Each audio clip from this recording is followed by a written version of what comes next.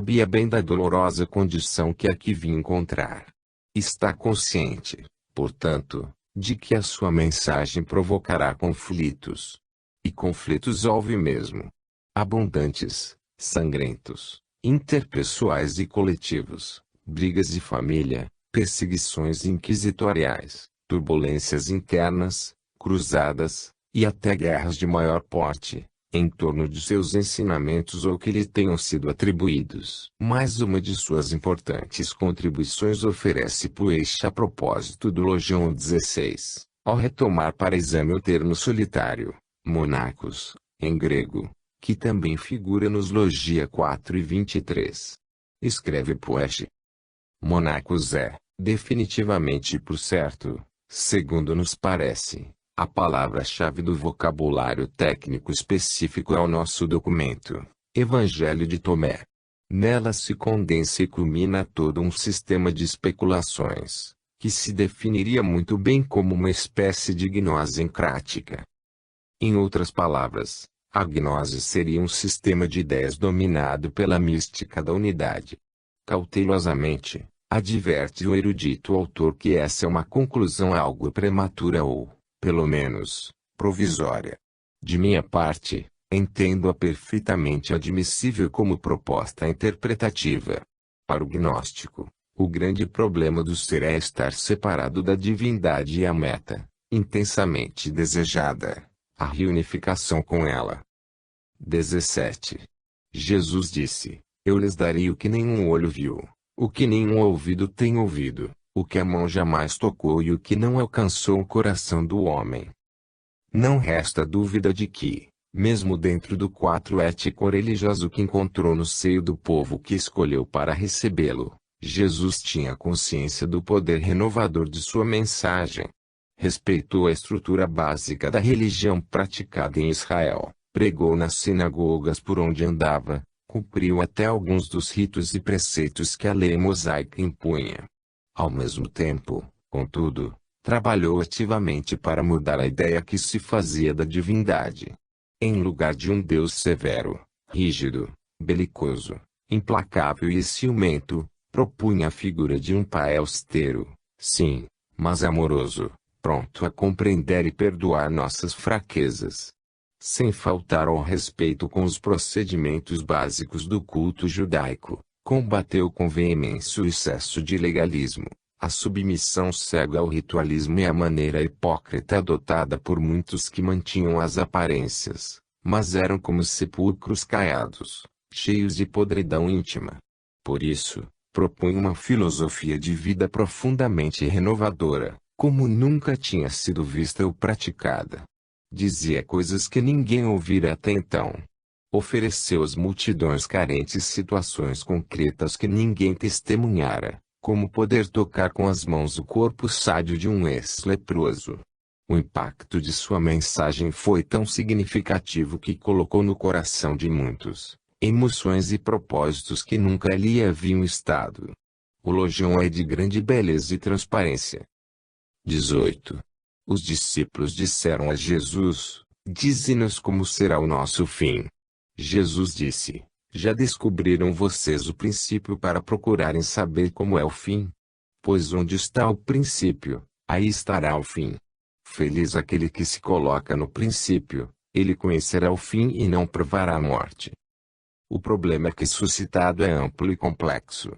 Os discípulos desejam saber da destinação final do ser, ao cabo do longo processo da busca. Jesus está ciente, contudo, de que não encontrará neles condições suficientes de conhecimento para explicar-lhes em que consiste essa destinação última que corresponde a uma integração do ser evoluído em Deus. Para que pudessem entender esse mistério seria preciso conhecer, na sua insondável profundidade, o mistério maior das origens. A vida é cíclica, sai de Deus e a ele retorna. Sem ter conhecimento de como se passaram as coisas naquele momento inicial em que o primeiro passo é dado para a imensa jornada cósmica, como entender a condição da chegada? O conhecimento dessas verdades supremas constitui o objetivo maior do processo evolutivo. Alcançado esse patamar de sabedoria, o ser não mais provará a morte, ou seja, liberta-se da necessidade de retornar à condição carnal, na qual está sujeito à morte, tanto no seu aspecto biológico como na sua conotação tipicamente gnóstica de bloqueio intelectual acarretado pelo envolvimento com a matéria.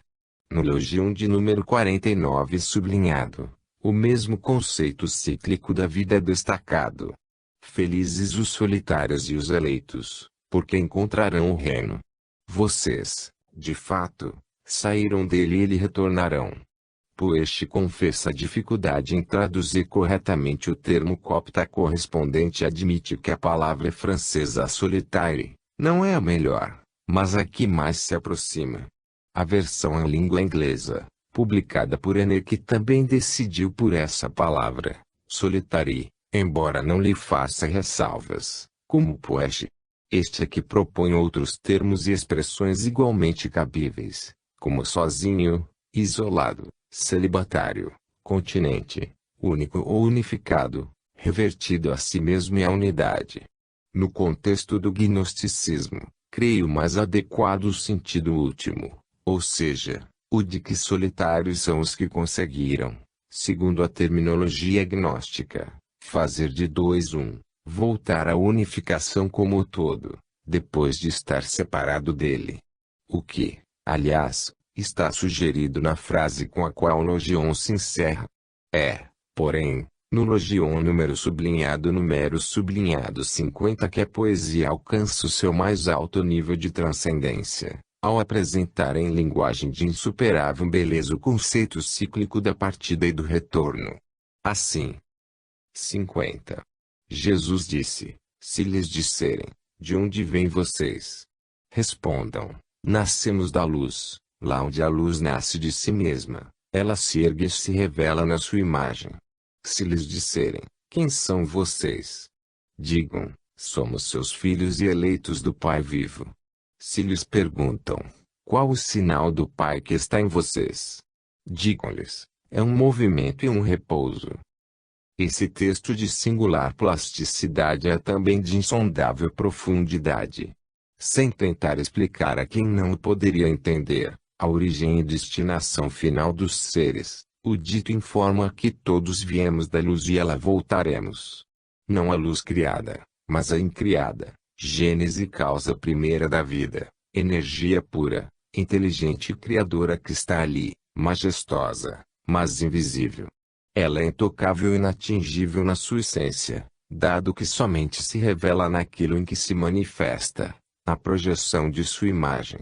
Podemos, pois, entender essa energia criadora como um Pai vivo que coloca um pouco de si mesmo, sua imagem, em tudo quanto nele tem sua origem. E como se demonstra que viemos todos desse Pai, que está em nós, como diz o texto, pela evidência de que pulsamos nele, como coisa viva. Só a luz central nasce de si mesma, as outras manifestações de vida existem no todo, sustentadas pela fagulha que vive em cada um. Movimento não há sem uma força que o produza. Cessada a aplicação da energia, cessam a força e o movimento. O movimento do ser humano é, contudo, incessante, sendo, portanto, sustentado por um impulso permanente. Mas há nele fases de repouso, como o coração, que descansa uma fração de segundo entre uma batida e a seguinte. O termo repouso merece algumas reflexões. Ao que se depreende do exame das diversas situações em que ele é empregado, o repouso está na integração na divindade, transitoriamente em breves momentos de meditação ou definitivamente quando, percorrida toda a caminhada evolutiva, o ser volta para Deus. Do que parece legítimo inferir-se por contraste que movimento é o processo mesmo da busca, durante o largo espaço de tempo em que o ser trabalha seu espírito a fim de redimir-se. Depreende-se, aliás, do Logion seguinte, o de número 51, que os estágios de repouso parcial convertem-se, um dia, em repouso final, no seio da luz, quando nos tornamos um com ela. Não um repouso beatífico, ocioso, apático, mas o repouso na paz, afinal conquistada para sempre. Vejamos. 51. Seus discípulos lhe disseram: quando chegará o repouso dos que estão mortos e quando virá o novo mundo? Ele lhes disse: aquilo que vocês esperam já veio, mas vocês não o conhecem. Confirma-se, portanto, que a conquista final, a paz definitiva está ao alcance de todos aqui e agora, ainda que transitória, sem necessidade de esperar por um dia especial ou ir a um local específico. Toda a questão se resume em saber buscar esse repouso através da ampliação incessante do conhecimento. A resposta, como se observa, é dada no contexto da pergunta, que coloca em discussão também a realização externa do reino, ou seja, quando virá o mundo novo. Que seria esse mundo novo senão a projeção externa do reino de Deus, afinal construído na intimidade de cada um? Renovado o ser, renova-se também o mundo em que ele vive. A repetida experiência histórica confirma essa verdade elementar, a de que será sempre infrutífera a tentativa de renovar os mecanismos de interação social, política, econômica e religiosa de fora para dentro, implantando reformas ditadas por leis humanas sem que o ser atinja na sua intimidade, a maturidade e o repouso na paz de Deus. A harmonia externa será a decorrência da que se construir na intimidade do ser, não a promotora desta. O termo repouso tinha relevante significação no sistema de ideias do cristianismo primitivo e, logicamente, do gnosticismo. Arrependei-vos, pois, e convertei-vos, a fim de que vossos pecados sejam perdoados e deste modo venham da parte do Senhor os tempos do repouso. Art. 3,19. Traduções mais recentes, como a da Bíblia de Jerusalém, preferem o termo refrigério, bem menos expressivo. Minha preferência fica com repouso, com a ressalva de que não se trata do repouso celeste da teologia tradicional. Este se reduz a uma bocejante e interminável ociosidade. Os teólogos esqueceram-se de inventar uma atividade para o habitante do céu. Observamos, assim, que, abstraídas incongruências, enxertias e deformações, deliberadas ou involuntárias, sempre tão difíceis, mas não impossíveis de identificar, há notável coerência e unidade de concepção na filosofia exposta no texto copta atribuído a Tomé. O ser traz, em germe, toda a sua potencialidade evolutiva, tanto quanto a intuição da meta a atingir, que se resume em seu retorno à luz, de onde saiu. Esse modelo ou projeto preexiste a manifestação do ser na carne seria, na terminologia agnóstica, a imagem que nos cabe traduzir em realidade. A certeza da preexistência independente de espaço, tempo e matéria assegura ao ser esclarecido e alertado, o vivo, uma visão ampla e tranquila do processo mesmo da vida. Que falta aquele que se mantém envolvido na matéria, o morto. A existência na carne é meramente episódica, de vez que mesmo nela todos estão mergulhados no contexto da eternidade, ainda que não na coeternidade divina. Somos imortais e eternos depois de criados, não antes de sê-lo, depois de saídos da luz, individualizados e dotados de um plano evolutivo que prevê o retorno como que compulsório às nossas origens. Os caminhos a percorrer, o ritmo a imprimir ao processo, as opções a fazer e as responsabilidades a assumir constituem decisão pessoal de cada um, deixada ao sabor de seu livre-arbítrio.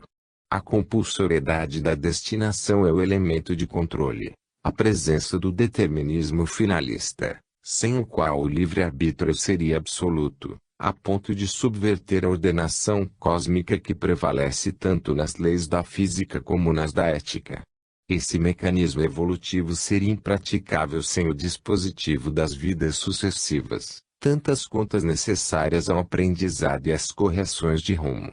Isso porque, embora possível em princípio a evolução em linha reta, sem erros ou vacilações, as responsabilidades assumidas em decorrência dos desvios cometidos ao longo da jornada reduzem, com as reparações, o ritmo de amadurecimento espiritual, retardando, por via de consequência, a reintegração na luz. Sintomaticamente, nada encontramos nos canônicos que corresponda, em importância e profundidade, ao conteúdo dos Logia 18, 49, 50 e 51. Vagas referências aos filhos da luz figuram em Lucas 16,8 e em João 12,36. Neste, mais aproximada da concepção gnóstica, enquanto tendes a luz, crede na luz, para vos tornardes filhos da luz. Na verdade, conceitos como o da preexistência de todos os seres, e não apenas de Jesus, da redenção resultante de um trabalho pessoal, em vez de coletiva, suscitada messianicamente das vidas sucessivas, em lugar da criação de um espírito para cada nascimento na carne, são inaceitáveis à teologia ortodoxa. A admissão de qualquer desses preceitos acarretaria danos irreparáveis às estruturas doutrinárias da Igreja, em consequência da invalidação de dogmas vitais à estabilidade do edifício teológico. As teologias não mudam nem evoluem depois do longo e sofrido processo de consolidação, elas simplesmente se tornam obsoletas e morrem após não menos longo e sofrido processo agônico, apegadas às suas bases administrativas, políticas, sociais e econômicas, que costumam sobreviver às ideias para cuja sustentação foram criadas e implantadas. 19. Jesus disse: Feliz aquele que era antes de ter sido. Se vocês se tornarem meus discípulos e ouvirem minhas palavras, aquelas pedras lhes servirão. Em verdade, 5 árvores no paraíso que não se movem no verão nem no inverno e suas folhas não caem. Aquele que as conhecer não provará a morte. Este Logion também ensina a doutrina da preexistência do ser, em outras dimensões, antes de se ligar a um corpo de carne. Está nele implícito o conceito das vidas sucessivas ou, no mínimo, o da preexistência do ser. Entre uma existência e outra há uma pausa, durante a qual o espírito realiza profundo trabalho de autoexame e reflexão a fim de avaliar o que fez até então e o que precisa e pretende fazer dali em diante para dar prosseguimento ao seu processo evolutivo. Poucos, no entanto, têm consciência dessa vida intermediária, ou seja, do que ocorre durante essa pausa no mundo póstumo, na condição que antecede a existência seguinte. Em verdade, a vida é um só fluxo, contínuo e ininterrupto, com uma fase em que o espírito imortal está acoplado ao corpo material, na Terra ou em outros sistemas, alternada com outra, fora do contexto material. Como era de se esperar, não encontramos nos canônicos um dito correspondente a este Logion, como os há em relação a tantos outros. Coincidência ou não, este também cuida da preexistência do ser. Ideia que os fundadores da teologia ortodoxa rejeitaram inapelavelmente. É que, no entender desses teóricos, havia necessidade de reservar o conceito para construir a doutrina da divindade de Jesus. A ideia de movimento sugere a de transitoriedade. Quem se move está a caminho, em busca de algo que ali não se encontra, do contrário, se deteria. Já a ideia de repouso após a busca indica que foi encontrado, afinal, aquilo que se procurava, tanto quanto a pausa mais curta sugere o achado de uma verdade parcial, de um conceito digno de exame, mas que ainda não é a verdade final. Dentro desse esquema, as pausas vão se alongando gradativamente, enquanto se espaçam as existências na carne, sempre restritivas e educativas. Atingida a meta do processo evolutivo, o ser encontra o repouso final em Deus, lá onde a luz nasce de si mesma, como diz de maneira irretocável o Logion 50. O conceito da transitoriedade da vida na carne está contido na maravilhosa síntese do Logion 42, quando Jesus diz a seus discípulos apenas 2 palavras da maior relevância e profundidade: sejam transeuntes. Estamos aqui de passagem, trabalhando, aprendendo, construindo um futuro de paz. Não estamos aqui para ficar, para deitar raízes, agarrarmos-nos à matéria, sermos por ela dominados e manipulados, mas para nos libertarmos dela para sempre. Este, aliás, é conceito essencialmente gnóstico e que foi levado ao exagero, pois a matéria passou a ser considerada uma espécie de maldição ou castigo, quando é instrumento de trabalho que serve ao processo evolutivo. A consciência dessa transitoriedade proporciona a visão mais nítida da realidade espiritual e consequente desapego aos apelos da matéria, riqueza, poder, dominação, busca obsessiva de prazeres. A partir de um patamar mais elevado de evolução, o ser começa a ter consciência desse estado de coisas e sabe que já existiu alhures, na carne ou fora dela, antes de outra vez mergulhar em novo corpo físico para mais uma experiência na Terra. É a esse aprendizado em busca de conhecimento mais amplo e profundo dos enigmas abertos da vida que Jesus convida aqueles que não apenas desejarem ser seus discípulos, mas os que quiserem ouvir o que ele tem a ensinar e aplicar o aprendido às diversas situações da existência. Ele se dirige, pois, como afirma em várias outras oportunidades, não apenas aos que escutam, mas aos que têm ouvidos de ouvir. Alcançado o nível libertador da evolução, a criatura aprende a utilizar-se corretamente das forças e leis da natureza, tratando-as com o respeito que merecem sem usá-las para promover interesses pessoais egoísticos. O simbolismo dessa conquista figura na imagem de que até as pedras servirão àqueles que sabem delas se utilizar adequadamente. Não me arrisco, porém, a uma tradução para o símbolo das 5 árvores do paraíso. Podem ter algo a ver com os 5 sentidos da percepção como querem alguns. Pois fala dos 5 sentidos espirituais, os 5 membros da alma, ou, conforme consta de um texto maniqueu preservado em chinês, a natureza luminosa e primitiva imanente no ser. Este último entendimento é o que me parece mais aceitável. Pelo que entendo, a expressão 5 árvores do paraíso significaria, portanto, a correspondência, no espírito, dos sentidos básicos do ser enquanto na carne que serviriam para avaliar os progressos feitos contra um modelo arquetípico ideal, que cada um de nós teria em si mesmo à espera da realização. Confesso, porém, que me faltam as chaves apropriadas para abrir o sentido desta passagem. 20.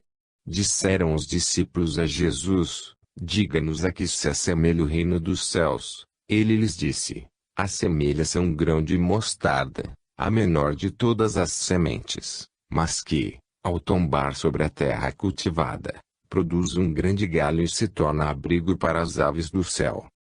O enunciado da parábola não difere muito do que consta dos sinóticos e o sentido é, sem dúvida, o mesmo, o de que a verdade é qualitativa e não quantitativa e que mesmo parcial, fragmentária, poderá produzir surpreendentes resultados.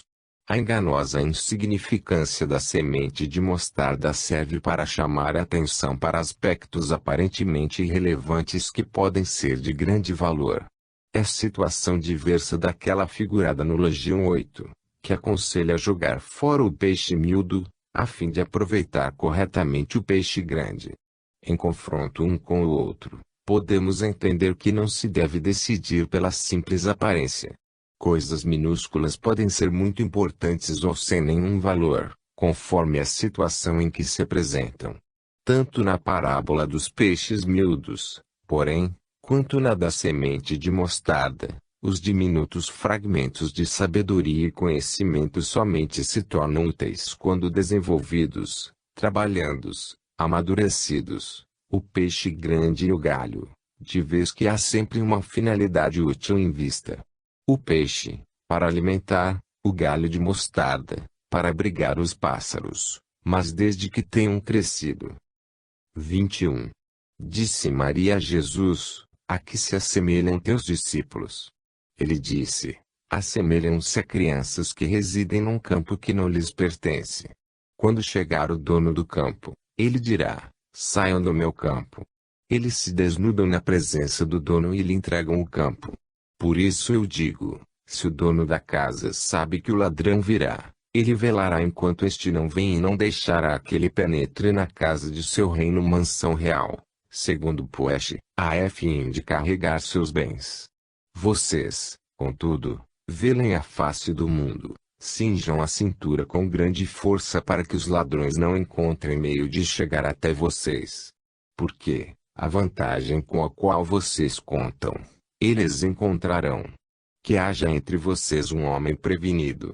Quando o fruto amadureceu, ele veio rápido, com a foice na mão e o colheu. Quem tem ouvidos de ouvir que ouça. O logion é extenso e hermético, dando a impressão de que dois ditos diferentes foram postos juntos, sem conexão aparente de sentido entre eles. Por entender assim, Rodin desdobrou em 2, 21 e 21. Ao sentido do primeiro afigura-se de mais fácil compreensão. Os aprendizes da verdade devem agir com a pureza e a inocência das crianças, conscientes, no entanto, de que trabalham em campo que não lhes pertence e que nem precisa pertencer-lhes, pois já vimos no Logion 42 que somos transeuntes, passageiros na face da terra. Nada nos pertence aqui, recebemos por empréstimo, como pulseiros, aquilo de que necessitamos para desempenhar a tarefa que nos cabe enquanto mergulhados na matéria. No momento em que o dono da seara precisar do campo para outra qualquer finalidade ou para doá-lo a alguém mais, cabe-nos entregar prontamente o terreno emprestado, mas não apenas isso, até as vestes que nos cobrem. Ao partir desta vida, o espírito despe o corpo de carne. A dramática observação acerca do desnudamento oferece curiosas implicações. Foi o que fez Francisco de Assis, por exemplo, ao deixar cair as roupas ricas, que ficavam naquela fase da vida que ele abandonava para sempre, a fim de prosseguir seu trabalho alhures, sem rancores, sem temores, sem falsos pudores, na luminosa pureza da inocência.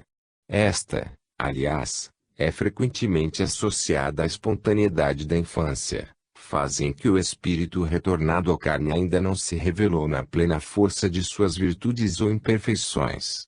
Esse estado de renúncia e de total desapego às coisas materiais é condição que Jesus fixa para o aprendizado daqueles que desejam honestamente tornar-se seus discípulos. Ainda uma palavra, neste Logion, em vez de Jesus dizer espontaneamente uma frase, narrar uma parábola ou, ainda, responder uma pergunta dos discípulos. Quem pergunta é Maria. Outra referência a Maria aparece no último Logion, o de número 114. Rodin lembra-se, em primeira opção, de Maria, a mãe de Jesus e admite que possa ter sido outra das várias Marias mencionadas nos evangelhos. Não há dúvida, porém, de que se trata de Madalena, que desempenha importante papel, segundo o testemunho de vários textos gnósticos. O tema tem amplitude que ficaria fora de proporção no contexto de simples comentário aos Logia, que desejamos manter em limites aceitáveis. Quanto à segunda parte do Logion 21, a parábola dos ladrões, vamos encontrar no Logion 103, uma observação que parece ajudar na decifração daquele. Diz o de número 103. 103.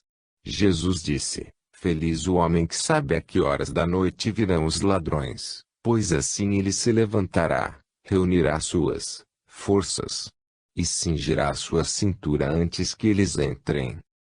O texto, mesmo um tanto mutilado, deixa entender a importância de que se reveste estar o ser alertado e na expectativa do que possa acontecer de mal, para se defender com propriedade.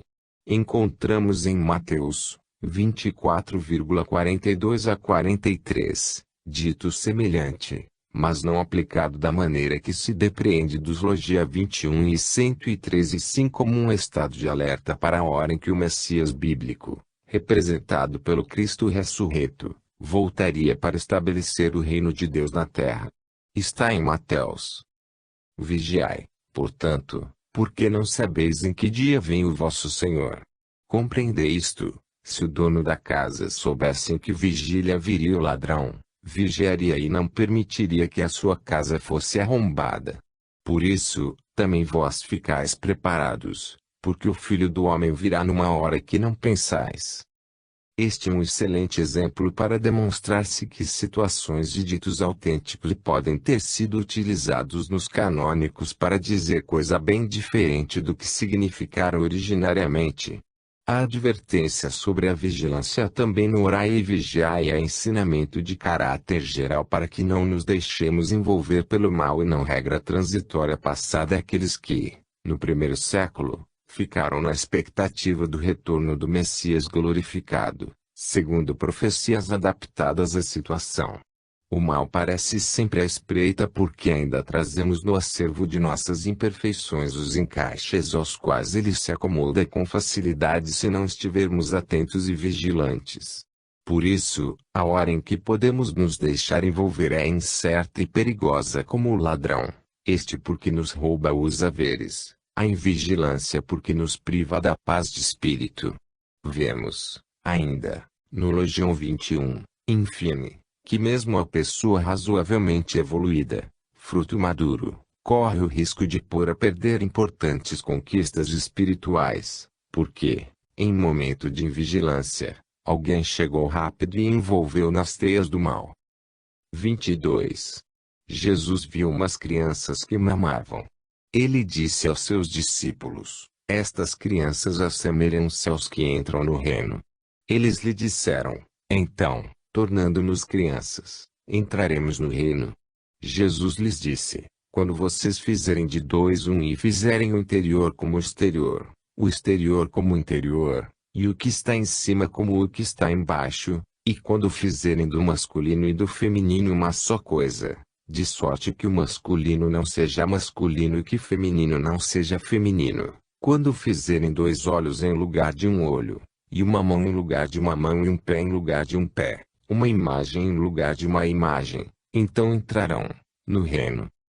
O Legião 22 proporciona todo um programa de trabalho e não apenas de aprendizado, dado que pressupõe a correta aplicação do conhecimento, gnosis, adquirido. Ele tem de suscitar na intimidade do ser as modificações sem as quais não se conquista o estado de espírito caracterizado como reino dos céus, ou seja, o império das leis cósmicas ou divinas, não apenas em nossa intimidade, mas no ambiente em que vivemos. Como se observa, as modificações são profundas e radicais. Não basta o estado de inocência desarmada da criança. Primeiro porque esta ainda não demonstrou que realmente trazem-se de um distante passado, pode ser um santo ou um acelerado. Segundo porque, mesmo tomada nas limitações de uma existência, a criança ainda nada fez que a credenciasse ao que os gnósticos chamam de repouso, em Deus. E isso ficou bem claro quando os apóstolos formulam a segunda pergunta, no pressuposto de que bastaria tornarem-se crianças para alcançar o reino. Jesus responde com uma extensa e complexa programação de autoaperfeiçoamento. Vamos tentar colocá-las em interpretação ordenada. Antes, porém, a observação de que Rodin opta pela condicionante se no início de cada frase. Se reduzirdes 2 a 1. Se fizerdes o de cima como o de baixo. Etc. Prefiro manter o quando da versão francesa de Puech, Lorsky, bem como da versão inglesa publicada por Enek, Wen. O se é uma possibilidade, o quando uma certeza. O que significa que todos podem conseguir a realização final do reino de Deus. Vejamos, então. 1. Fazer de 2 um. O ser humano é considerado, como em outras oportunidades, desligado da luz que o gerou, pelo menos, afastado dela. Embora nada exista senão em Deus, o mergulho na matéria cria bloqueios que arrastam o ser desprevenido e não evoluído a uma espécie de alienação de Deus. Há passagens, que ainda veremos, nas quais Jesus fala do estado de embriaguez em que encontrou praticamente toda a humanidade. Essa embriaguez ou alienação precisa ser extinta, num esforço de reunificação com a divindade.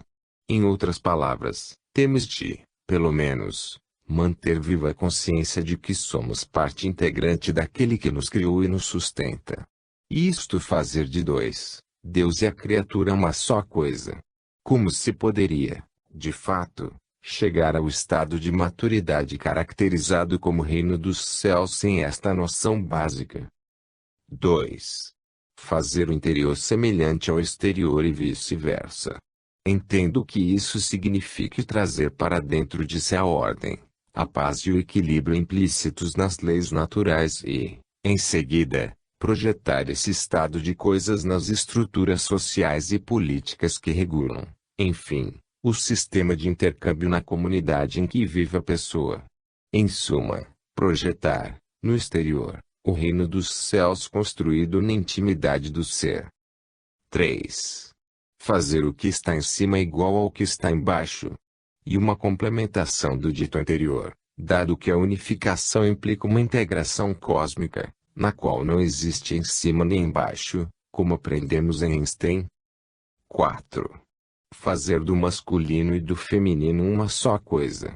Este constitui outro ponto importante do programa evolutivo e consta também no Logion, número 114 sublinhado, que para aqui trazemos, a fim de comentá-lo em conjunto com o de número sublinhado 22 que estamos analisando.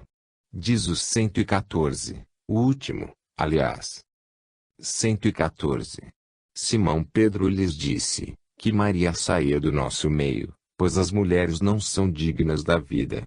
Jesus disse, eis que eu a guiarei para fazer dela homem, a fim de que ela também se torne um espírito vivo, semelhante a vocês, homens. Pois toda mulher que se fizer homem entrará no reino dos céus. É um tanto chocante a entrada deste Logion pela expressa hostilidade de Pedro em relação a Maria, evidentemente, a Madalena. De fato, a mentalidade da época considerava a mulher ser inferior. Eram muitos os que chegavam a pensar que a mulher não era dotada de alma, de vez que a narrativa da Gênese a caracteriza tão irrelevante que Deus se esquece de a criar e só percebe que era uma espécie de mal necessário quando notou que Adão precisava de uma companheira. Numa improvisação de última hora, resolveu retirar um pouco do material de que fora feito Adão, no caso, uns pedaços de costela, para elaborar o corpo de Eva. Paulo também é acusado de confinar a mulher na sua posição de sujeição, uma presença, mas não uma voz, pelo menos em público.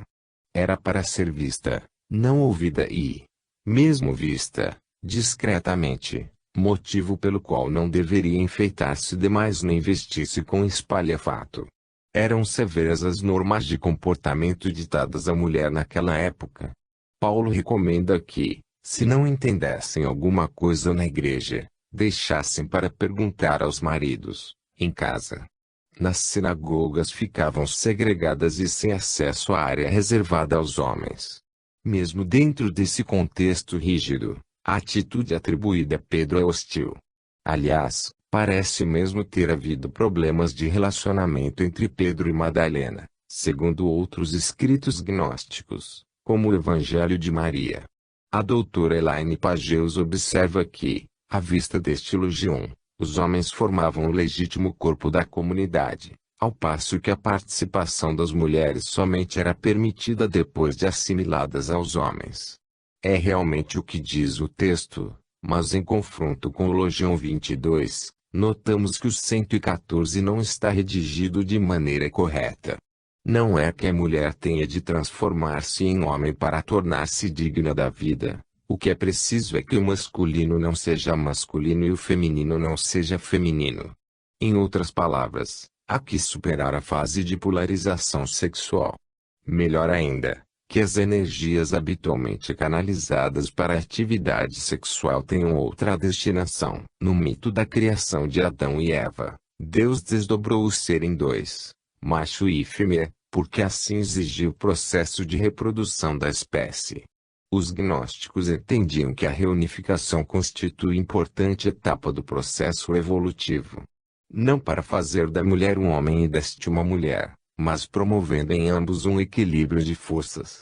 Esta doutrina é coerente com o que se sabe do mecanismo das vidas sucessivas, segundo a qual o ser renasce num sexo ou no outro para que adquira as experiências correspondentes.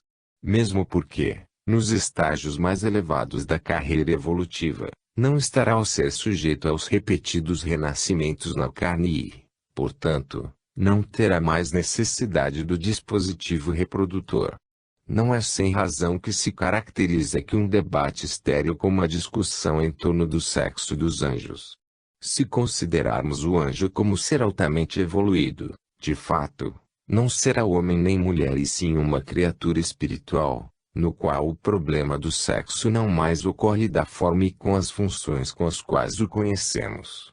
Nesta mesma ordem de ideias, lembra a doutora Pageus que, mesmo em linguagem especificamente cristã, certos textos gnósticos em lugar de descrever um Deus monístico e masculino, falam de Deus como uma díade, que integra tanto o componente masculino como o feminino. Logicamente que para tornar-se um com este ser supremo, a criatura também precisa sintonizar-se com essa condição, nem bissexuada, nem assexuada, na qual não há ocorrência caracteristicamente sexual, menos ainda qualquer espécie de polarização. Deus cria porque tem em si mesmo as energias apropriadas para isso, ao passo que na criatura o processo de cocriação precisou ser desdobrado para que, da união dos complementares, surgissem condições para o prosseguimento das oportunidades de vida na matéria. Cessada essa necessidade, o ser reverte a sua primitiva condição de não polarizado. Fazer olhos em lugar de um olho é ter a visão ampliada, apta a contemplar adequadamente as duas faces da vida, a espiritual e a material. Quanto a transformar mão, pé imagem em mão, pé imagem, não me atrevo a uma interpretação. Faltam-me as chaves certas para abrir o segredo. 23. Jesus disse: eu os escolherei um em cada 1.000 e 2 em 10.000 e eles serão um só. Este logião parece evidenciar que a grande massa humana ainda atravessa estágios evolutivos primitivos. Somente 1 em 1.000 teria condição mínima para eleição ou escolha como discípulo a fim de receber conhecimentos mais profundos.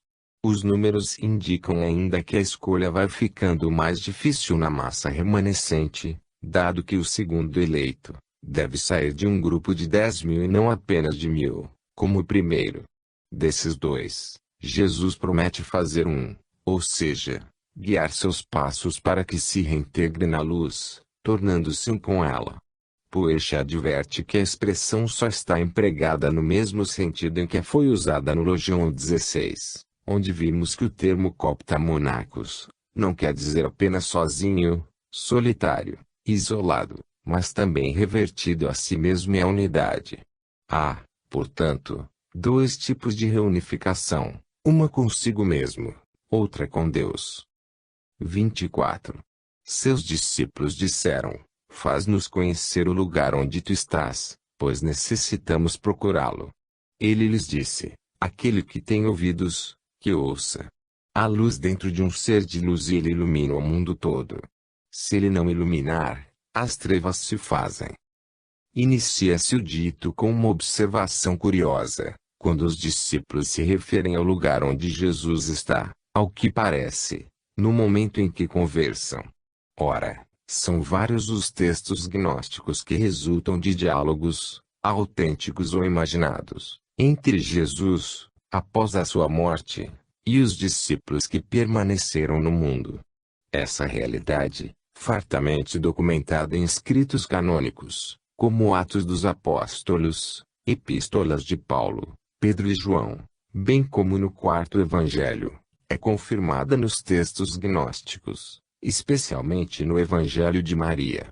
Pageus admite a possibilidade de uma comunicação direta de Jesus, através de Madalena em transe. Em lugar de responder de maneira direta a perguntas acerca do local onde ele se encontrava, Jesus prefere dizer que a luz divina está dentro de cada um de nós, mas aquele que ignora isso continua vivendo em trevas. Em outras palavras, o caminho para se chegar onde ele, Jesus, está, consiste em fazer brilhar a luz que trazemos na intimidade do nosso próprio ser, carregada de um potencial quase ilimitado de expansão, dado que é capaz de iluminar o mundo todo. E isso é estritamente verdadeiro, nada hiperbólico, pois unidos ao núcleo central, Onde a luz nasce de si mesma, partilhamos desta e é também nossa luz que ilumina o mundo. Retornamos, portanto, ao tema da imagem que cada um traz em si como um projeto a ser realizado através do conhecimento e da vivência. Esse modelo ou projeto Pruitt considera, acertadamente, a meu ver, como próprio a cada discípulo, a cada eleito e expressamente dada como preexistente, imperecível, não manifestada. Além disso, acho eminente pesquisador, ainda que com reservas ditadas pela falta de uma demonstração, que essa imagem seria o próprio anjo ou duplo segundo a gnose valentiniana que constitui espécie de veículo do espírito. Essa concepção, um tanto difícil de ser apreendida pelos que lhes são pouco familiarizados, está explicitada com clareza linear nos textos de Allan Kardec, nos quais o anjo ou duplo denomina-se perispírito e tem precisamente a função de atuar como elemento de ligação entre o espírito e o corpo físico e, por conseguinte, interagir com o mundo em que vive. Mais do que isso, estaria coerente o conceito do perispírito com o de imagem, no sentido de uma programação kármica ou projeto a ser implementado na existência terrena, naquilo em que afeta a elaboração do corpo físico e interferências com os dispositivos genéticos. 25. Jesus disse: ame seu irmão como a sua própria alma, vê-lhe por ele como pela menina de seus olhos. O amor fraterno apresenta-se aqui numa profunda identificação com o próximo que, mais do que irmão, deve ser considerado como nossa própria alma e cuidado como a luz de nossos olhos. Na sua singela beleza e concisão, este elogio tem direito a merecido destaque. Ao mesmo tempo que constitui um dos fundamentos da doutrina de Jesus, ele atesta com a sua presença no Evangelho de Tomé que o gnosticismo corretamente interpretado e praticado jamais seria mero conjunto de especulações filosóficas para deleite intelectual, como afirmam alguns. Em todas as instituições de natureza religiosa, no passado e ainda hoje, encontramos sempre tendências teóricas, especulativas, algo divorciadas da prática que constitui, afinal de contas, a motivação e o objetivo de qualquer sistema evolutivo.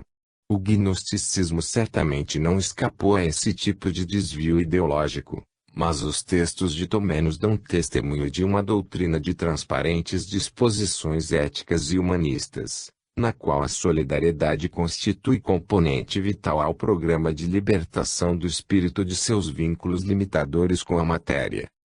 26. Jesus disse: o cisco no olho do seu irmão você vê, mas a trave no seu olho você não vê. Quando retirar a trave dos seus olhos, então você verá como retirar o cisco do olho de seu irmão. O dito aparece também em Mateus 7,3 a 5. Com redação semelhante. O sentido é claro: antes de tentar corrigir os outros, tratemos de nos consertar a nós mesmos. Atenção, porém, só porque temos defeitos, isso não quer dizer que deixemos de ajudar ao próximo. Defeitos e imperfeições não nos impedem de servir, pelo contrário, indicam que é preciso servir mais e melhor para corrigi-los em nós. É muito saudável, contudo, termos consciência deles. Como corrigi-los sem admiti-los? 27. Jesus disse: se vocês não jejuarem em face do mundo, não encontrarão o reino. Se não guardarem o sábado como sábado, não verão o Pai. O dito, como os demais, é uma simples anotação para ser desenvolvida oralmente. Lembrete, ou roteiro para uma palestra e, por isso, fica às vezes um tanto enigmático, quando não hermético.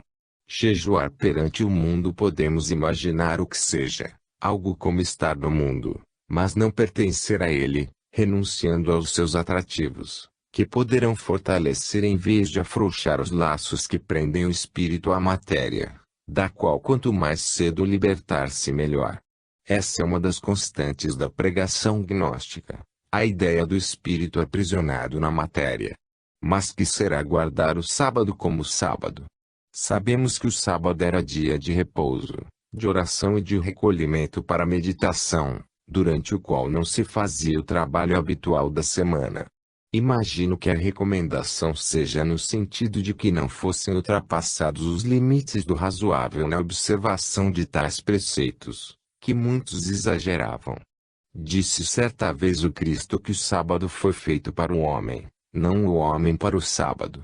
Invertida a ordem natural das coisas, o sábado deixava de ser um benefício para ser mais um elemento escravizador da criatura às contingências artificiais criadas pelo severo código de procedimento vigente.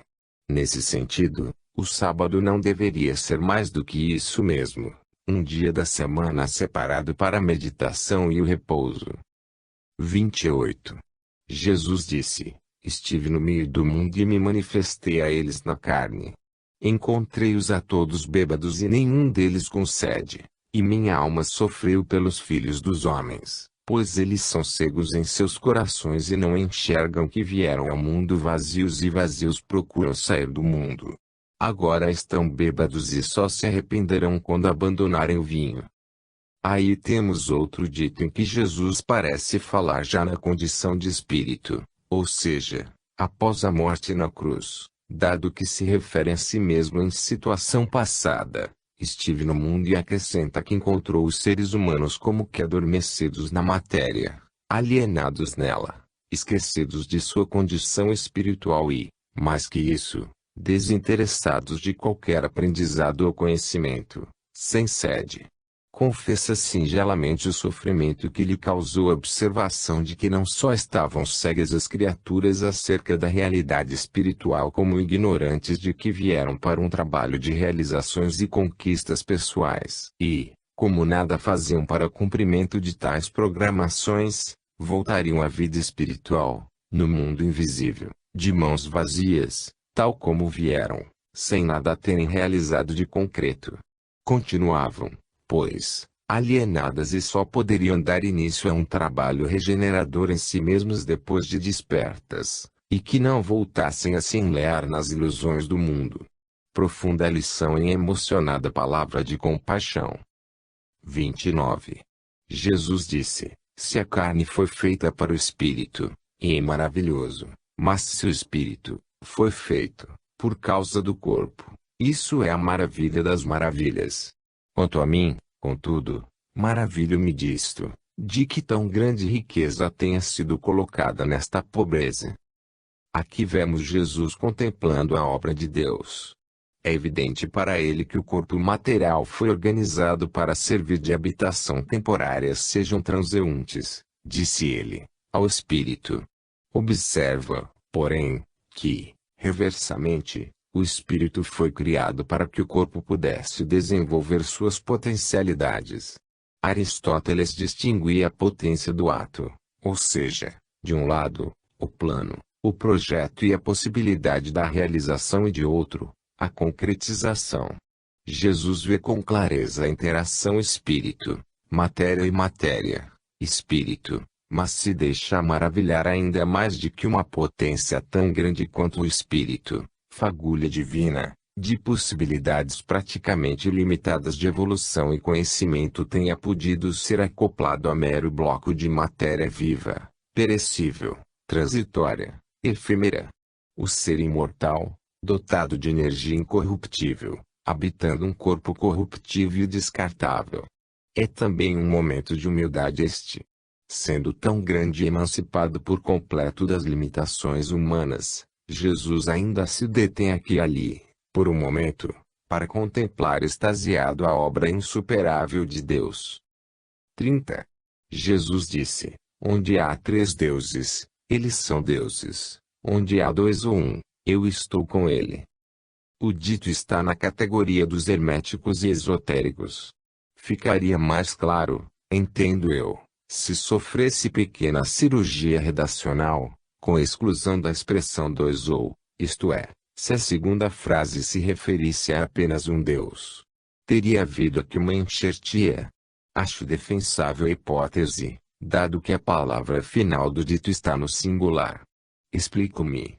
A primeira parte condena o politeísmo, ao declarar que se trata apenas de um panteão de inexpressivos deuses pagãos, sempre que há mais de um.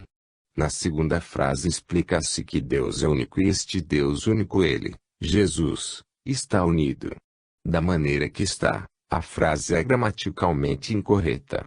Se realmente fossem dois ou um, os deuses, ele estaria com eles, não com ele, no singular. Pois também considera enigmático esse logion, entende, porém, que Jesus pretendeu dizer que está sempre junto de seus fiéis, sejam dois ou três, onde quer que estejam reunidos. Se a ideia é realmente essa, teríamos em Mateus 18,20, uma redação de sentido mais claro. Onde dois ou três estiverem reunidos em meu nome, ali estou eu no meio deles. Com devido respeito pelo eminente professor Puech, não vejo a conexão entre o texto de Tomé e o de Mateus, que lê naquele a tese da ubiquidade e onipresença de Jesus considerando ao mesmo básica a cristologia do Evangelho de Tomé. É que Puech estabelece estreita vinculação de sentido entre o Legion 30 e o 77 que não vejo eu. Para mim, portanto, o Legion 30 continua fechado ao entendimento e eu não disponho das chaves apropriadas. 31. Jesus disse, nenhum profeta é aceito em sua cidade. Um médico não cura aqueles que o conhecem. O dito inicial, ninguém é profeta em sua terra, é bastante conhecido e se encontra nos sinóticos.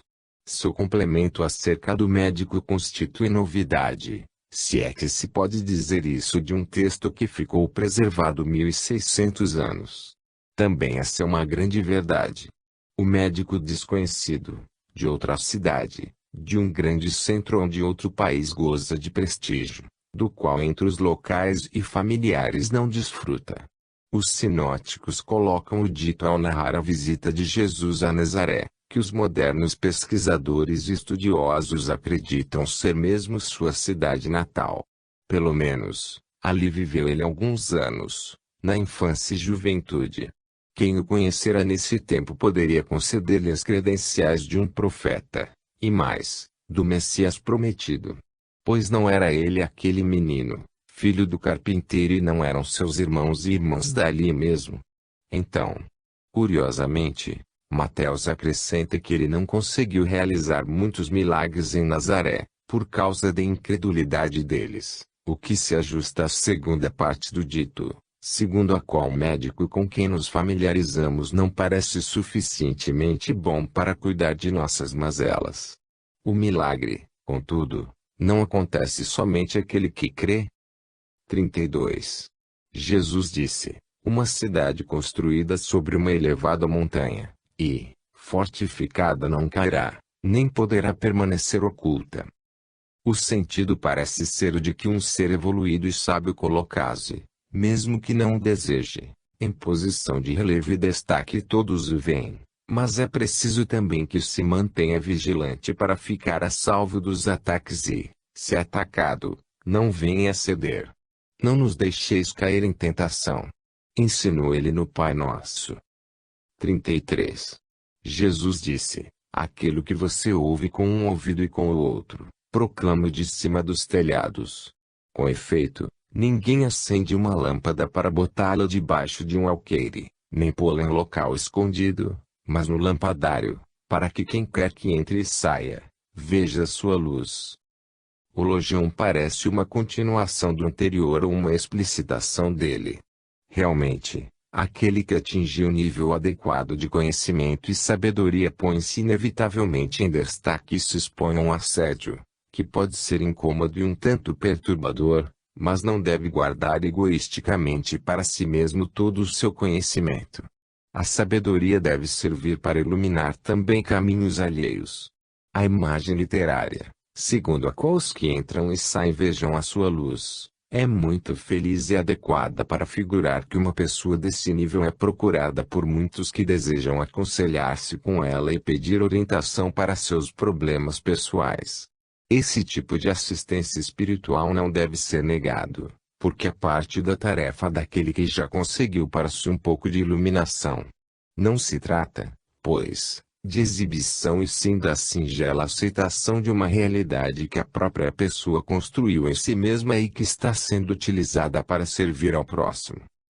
Tão seguro é o status espiritual dessa pessoa que o dito declara que mesmo estando à vista de todos, sem poder ocultar-se, é uma cidadela, fortificada,